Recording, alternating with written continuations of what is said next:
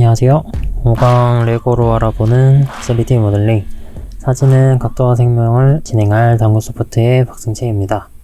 4강에서 모델링에 대한 부분은 일단 끝냈고요. 이제 렌더링을 위해서 카메라 작업을 좀 진행을 해볼 텐데, 먼저 지금 상태의 모델링은 제가 임의로 색깔을 입혀놓은 상태입니다. 이전에는 만들었을 때 색깔 그대로 있었는데, 지금 제가 상위 쪽은 빨간색, 하위 쪽은 파란색, 그리고 그 외의 부분은 노란색으로 색상을 좀 입혀 두었습니다. 색깔 같은 경우는 제가 매테리얼에서 좀 변형을 해봤는데요. 매테리얼 같은 경우는 다음 강의에서 좀 진행을 해보도록 할 거고요. 이번 강의에서는 카메라에 대해서만 좀 설명을 좀 드리도록 하겠습니다. 먼저 카메라를 좀 살펴볼 건데요. 보시면 카메라는 피지컬, 타겟, 프리 이렇게 세 가지의 카메라가 있습니다. 이 중에서 저희는 피지컬 카메라를 가지고 진행을 할 거고요. 피지컬 카메라가 저희가 주로 사용하는 DSLR과 좀 유사한 형식으로 되어 있어서 피지컬 카메라로 진행을 하도록 하겠습니다.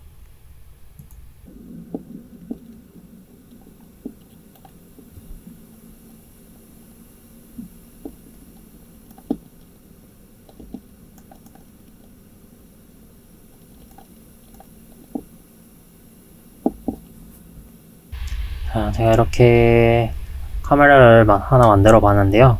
지금 보시는 것처럼 카메라는 선택을 했을 때 어떤 식으로 보이게 되는지 뷰에 대한 각도가 나와 있습니다. 그리고 이제 모디파이어 리스트 쪽을 보시면은 이렇게 베이직부터 해서 피지컬 카메라에 대한 여러 옵션들이 있는데요. 여기에서 이제 카메라의 기본 세팅이라고 볼 수 있는 ISO와 조리개 값, 셔터 스피드 요 세 가지의 중요한 요소에 대해서 조금 같이 설명을 좀 드릴게요. 먼저 보시면은 피지컬 카메라는 이렇게 생성하면은 카메라 아이콘이 하나 있고, 그 다음에 지금은 좀 가려져서 안 보이는데 여기 네모난 점이 하나 있습니다. 이렇게 타겟팅 포인트가 있는데 이 타겟 포인트가 생기고요. 이 타겟 포인트를 향해서 카메라의 방향이 이제 잡힌다고 보시면 되겠습니다. 그래서 카메라 뷰로 잠깐 좀 변경을 해볼게요. 퍼스펙티브를 눌러보시면은 이렇게 카메라가 있고 저희가 만들어둔 카메라 1번에 대해서 설정이 나와 있습니다. 선택을 하시면은 이제 카메라가 보고 있는 형태가 어떤 식으로 되어 있는지 나오고요. 움직이면 이제 카메라가 움직이는 걸 확인할 수 있습니다. 그리고 다시 눌러서 아래쪽에 보시면 Show Safe Frame이라고 해서 나중에 렌더링 시에 보이게 되는 이미지를 이렇게 미리 확인을 하실 수가 있습니다. 그럼 이제 옵션에 대해서 조금 살펴볼 텐데요. 보시면 베이직 쪽에 타겟 보시면은 이제 타겟과의 거리를 나타내는 수치를 확인을 하실 수 있고, 직접 입력을 하셔도 되고 옆에 화살표를 통해서 수치를 변경을 해줄 수도 있습니다. 그리고 이제 오른쪽에 보시면은 렌즈에 대한 옵션이랑 포커스에 대한 옵션들이 있고요. 포커스 같은 경우는 이제 초점이라고 보시면 되는데 저희는 지금 하나의 오브젝트만 있기 때문에 이 부분은 사실상 수치를 조정한다고 해도 크게 차이점을 못 느끼실 텐데, 다른 비교 오브젝트를 두고 조절을 해보시면은 좀 차이를 아실 수 있을 겁니다. 먼저 여기 보시면 렌즈 쪽에 F라고 되어 있는 이 F 넘버가 있는데, 이 F 넘버가 이제 카메라의 조리개라고 보시면 될 것 같습니다. 이 숫자가 낮을수록 이제 아웃포커싱이 되고 값이 높을수록 펜 포커스가 된다고 보시면 되겠습니다.